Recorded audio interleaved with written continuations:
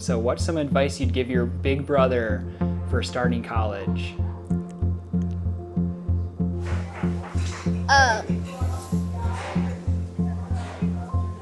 Like, what would you say to give them advice, like, on the first day of school, to be like to the teachers and all that? This is why I don't give people advice.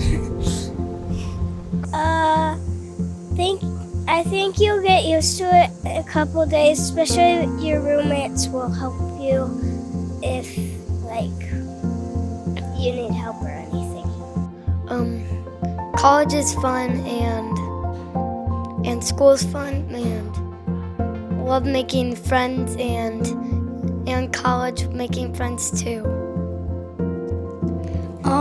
Don't forget about your brothers at home. Don't do anything bad. You learn something very special, good. Probably meet new people. And put yourself out there.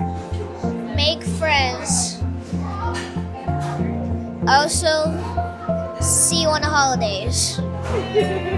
Can you say, have fun? Have lots of fun.